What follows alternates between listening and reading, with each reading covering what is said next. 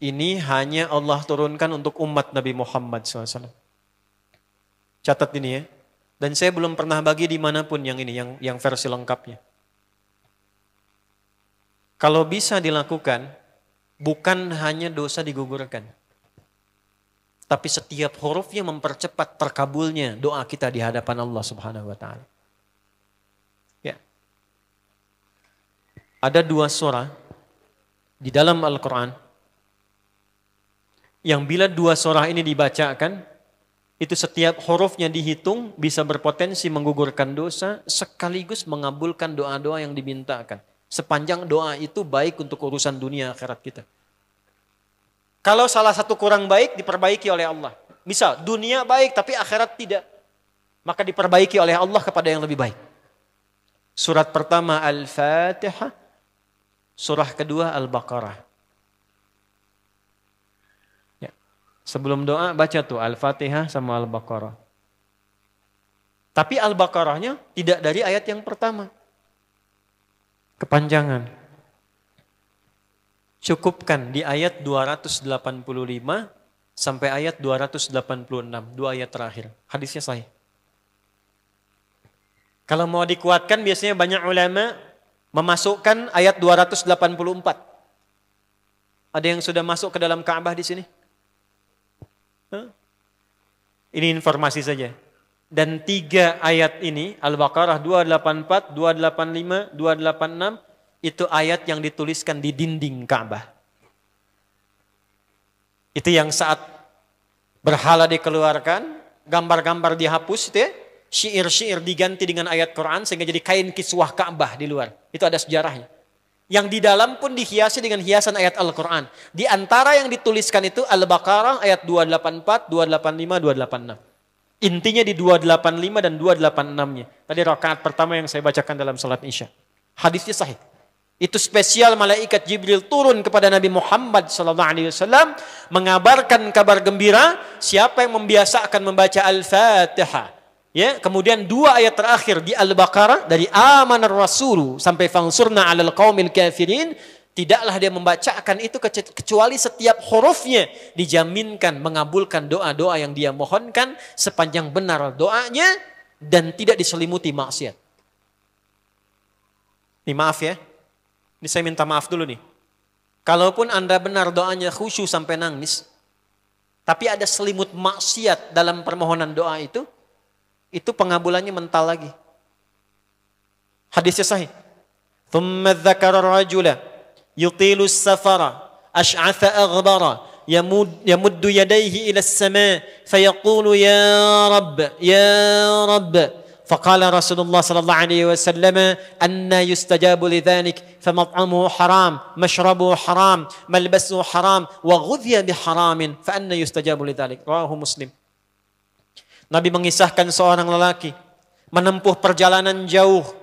Awas, menempuh perjalanan panjang untuk ketaatan itu mempercepat doa dikabulkan 2 kali lipat dibanding orang biasa. Makanya kalau ada orang mau ke Mekah umrah, mau haji, titip doa. Ada yang mau beasiswa ke Madinah, ke Mekah, ke Al-Azhar, ke Mesir, titip doa. Saya biasanya kalau mau berangkat umrah, Ustaz titip doa, ayo tulis banyak tuh. Enggak saya baca. Saya simpen aja, ntar dekat Ka'bah, ya Allah engkau maha mengetahui. Ya. Mohon kabulkan semua doa-doa ya dari teman-teman jamaah yang dititipkan dalam kertas yang telah mereka tuliskan itu. Simple Pak, daripada capek kita bacakan satu-satu. Dan alhamdulillah biasanya ya insya Allah terkabul. Insya Allah. Itu perjalanan jauh. Nah orang ini menempuh perjalanan untuk sekedar berdoa. Safar. Ya, safar yang baik. Kemudian yang kedua, yamuddu yadaihi ilas sama, dia mengangkat tangannya ke langit. Ini saya tidak bermaksud mengajarkan ya, cuma menunjukkan prakteknya begini nih. Ada yang bisa bantu saya enggak satu orang maju? Cepat. Yang depan aja, depan. Jazakallah khair. Mohon pegangkan mic sebentar. Terima kasih ya. Lihat sini. Gini. Nah, jazakallah.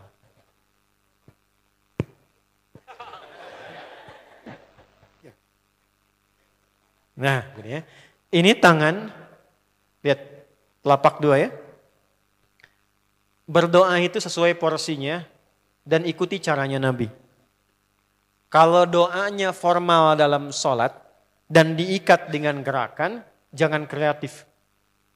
Ikuti seperti Nabi yang contohkan. Misal dalam sholat, "Shollu kama ra'aitumuni usolli." Sholatlah seperti kalian melihat aku sholat. Nanti ada 3 posisi atau sampai 4 posisi dalam sholat yang mempercepat terkabulnya doa. Posisi puncaknya sujud. Hadisnya sahih. Inna ma aqrabal abdi min rabbihi wa huwa sajidun fa aktsirud doa. Keadaan terdekat antara hamba dengan Rabbnya adalah saat sujud. Maka perbanyak doa saat sujud. Tangannya posisi sujud begini, menempel. Jadi nggak usah begini. Oke, begini. Nah ini di luar sholat. Di luar sholat kalau berdoa tangan begini. Lihat baik-baik ya. Ini kitabnya agak banyak, bahasanya panjang. Saya berikan yang simpelnya saja ya. Baik. Ini kan teman-teman telapak yang kanan, yang kiri ya. Padukan begini. Ya. Lalu setiap Anda kan pasti punya garis yang kanan dengan garis yang kiri. Ada kan? Itu membentuk keseimbangan. Oh, ini bukan ilmu otak-atik ya. Ini ada sanadnya nih. Pertemukan 2 garis itu sehingga seimbang tangan ini. Tuh.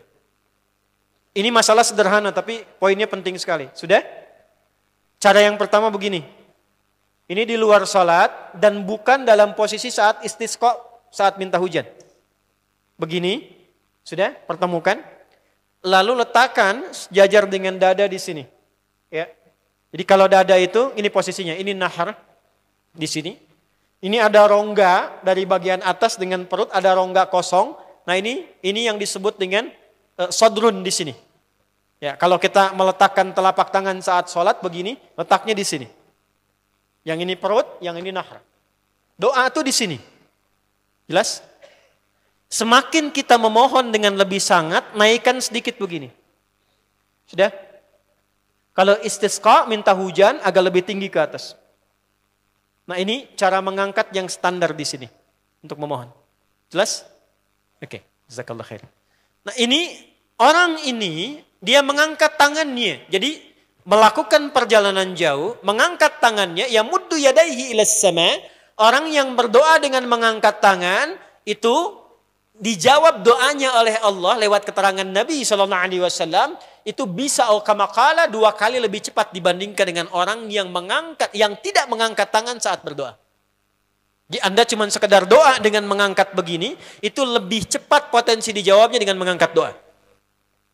Ada seorang bertanya pada Nabi SAW, hadis sahih, "Ya Rasulullah, bagaimana pendapatmu dengan seseorang yang meminta kepada Allah dengan mengangkat tangan atau kamakala?"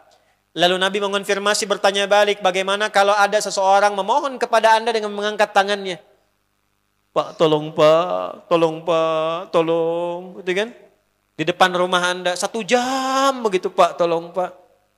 Kira-kira Anda beri atau tidak? Beri. Minimal kalau Anda nggak punya kemampuan, Anda referensikan atau beri sesuai kemampuan Anda kan? Angkat tangannya. Dia jawab, "Saya malu kalau nggak ngasih." Apa kata Nabi? "Innallaha hayyun karimun." Allah itu lebih punya sifat peka untuk merasakan malu pada hambanya kalau dia tidak memberi ketika hambanya mengangkat kedua tangannya. Nah nanti ada beda-beda posisi saat khatib Jumat misalnya 1 begini untuk khatib. Makmum mengangkat 2 tangan. Yang ketiga dia mengatakan, "Ya Rabb, Ya Rabb." Asma'ul Husna. Doa yang dibuka dengan Al-Asma'ul Husna itu dijawab 2 kali lebih cepat dibandingkan dengan doa yang langsung dimohonkan kepada Allah. Itu perintah. Tahu Nabi Zakaria? Nabi Zakaria apa ujiannya? Diuji oleh Allah, hidup demikian lama sampai rambut memutih, fisiknya letih, istrinya divonis secara medis, maaf, monofos dan mandul. Kata medis gak mungkin punya keturunan. Maka beliau berdoa kepada Allah dan dalam doanya dimulai dengan Al-Asma'ul Husna. Sebelum sampai ke doa itu di Ali Imran ayat 38 sampai 39, buka dulu Quran surah 17 Al-Isra ayat 110. Ini perintah langsung dari Allah. Qulidullah awid'ur rahman ayyamma tad'u falahul asma'ul husna. Quran surah ke-7 ayat 180. Walillahil asma'ul husna fad'uhu biha. Fad'u biha. Qul Allah, kalau engkau punya masalah hambaku, dan tidak ada di dunia ini yang tidak punya masalah. Quran surah kedua ayat 155. Wala nabluwannakum bisyai'. Setiap yang hidup itu, aku pasti akan uji dengan masalah. Itu kata Allah. Jangan disimpan sampai di situ, teruskan. Bukan untuk membebani hambaku dengan masalah, tapi untuk menaikkan kualitas hidupnya sehingga menjadi lebih baik. Jadi ketika Allah titipkan masalah itu, bukan ingin membuat kita bermasalah. Tapi dengan masalah itu kita diuji supaya kualitas hidup kita menjadi lebih baik. Ini Anda yang kuliah di UPI di sini, ada ujian nggak? Ada. Untuk apa ujian itu diadakan? Supaya bisa melihat kualitas peningkatan ilmu Anda dari masuk sampai naik tingkat. Kalau nggak ada ujian, nggak kelihatan kualitasnya bertambah. Logikanya begitu. Dan tidak mungkin Allah menguji seorang hamba di luar batas kemampuannya. La yukallifullahu nafsan illa. Jadi nggak ada orang yang hidup yang tidak punya masalah.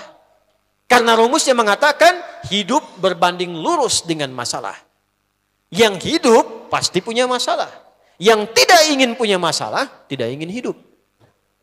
Karena orang yang tidak hidup, yang hilang masalahnya, selesai hidupnya. Baik. Siapa yang tidak ingin punya masalah? Angkat tangan. Baik. Siapa yang ingin punya masalah? Alhamdulillah. Baik. Yang lain, wallahu a'lam. Nah, kulit Allah kalau sedang diuji masalah, kan yang ngasih siapa? Yang nitipkan siapa? Yang punya solusinya siapa? Kalau Anda tahu yang punya solusinya Allah, kenapa curhatnya bukan kepada Allah? Kan sudah dicontohkan di Quran. Kalau punya masalah, curhatin ke Allah. Quran surah 12 ayat 86. Sejak era Nabi Yakub. Masalah di rumah tangga. Anak bermasalah, curhatnya pada siapa? Allah. Innama ashku bathi wa huzni ilallah. Aku tuh kalau punya masalah, sesedih apapun, curhatnya Allah. Bentangkan sajadahmu. Curhatkan dalam sujudmu, tingkatkan takwamu. Wa may yattaqillaha yaj'al lahu makhraja. Quran surah 65 di akhir ayat yang kedua. Bentangkan sajadahmu, curhatkan, habiskan dalam sujudmu, keluarkan tangismu. Sehingga bebannya jadi ringan. Walaupun solusi belum datang, hatinya sudah tenang. Yang diperintahkan panjangkan sajadahmu, bukan panjangkan statusmu. Kita sudah tahu ayatnya, paham ketentuannya, tapi kenapa prakteknya ditumpahkan di Instagram, di Facebook, bikin vlog di YouTube, hanya untuk curhat saja. Dan ironinya dalam hal yang demikian tahu yang menyelesaikan Allah. Sekarang tambah bonus, aminkan ya. Yang mengaminkan doa ini mudah-mudahan dihilangkan masalahnya. Puguma mana yang nanti bermasalah kayaknya di dia. Itu gimana? Kumaha tuh ya teh? Paham? Curhatkan sama Allah. Nah bagaimana mintanya? Sebut namanya ya Allah. Awidur Rahman. Kalau kita ingin minta lebih cepat, minta dengan kelembutan Ar-Rahman. Rahman itu bisa disebut namanya ya Rahman, bisa cari cara mintanya yang paling lembut, yang menyentuh. Allah senang dengan kalimat yang menyentuh. Misal ya. Kembali ke Nabi Zakaria tadi. Quran surah 3 ayat 38. Hunalika da'a Zakaria rabbah. Qala rabbi habli min ladunka dzurriyyatan thayyibah. Innaka sami'ud du'a. Ya Allah, hamba-hambamu itu telah menghukumi aku dan istriku tak akan mungkin punya keturunan. Sedangkan engkau yang maha pemberi tanpa punya batasan. Mereka mengatakan istriku punya keterbatasan. Maka aku memohon kepadamu yang pemberianmu tak ada batasan. Mohon ya Allah anugerahkan keturunan dari sisimu saja ketika mereka mengatakan tidak mungkin itu punya. Sungguh engkau yang maha mendengar doaku ya Allah. Perhatikan, kalau kepada yang maha mendengar saja tidak terkabulkan, mohon tunjukkan kepadaku saat ini dengan cara apa lagi dan kepada siapa lagi aku mesti memohon. Itu dalam banget. Ya Allah, Engkau perintahkan aku berikhtiar mencari kerja, aku lakukan. Engkau perintahkan mengeluarkan keringatku dengan cara yang halal, aku kerjakan ya Allah. Engkau perintahkan aku jauhi yang Engkau larang, aku lakukan ya Allah. Sekarang aku telah berikhtiar dari sejak keluar, aku telah menunaikan sholat subuh seperti yang Engkau maha mengetahuinya. Dan menjelang malam aku mengadukan bahkan di rumahmu ya Allah hanya untuk sesuap nasi bagi istri dan anakku dari yang halal itu. Aku telah melakukan apa yang Engkau perintahkan, aku hanya memohon apa yang telah Engkau janjikan. Kalau dengan semua ikhtiar yang aku kerjakan sampai detik aku bersujud di hadapanmu di rumahmu ini belum Kau kabulkan, mohon tunjukkan kepada aku di malam ini ya Allah, dengan cara apa lagi mesti aku memohon kepadamu. Minta. Pernah enggak begitu mintanya? Itu Rahman.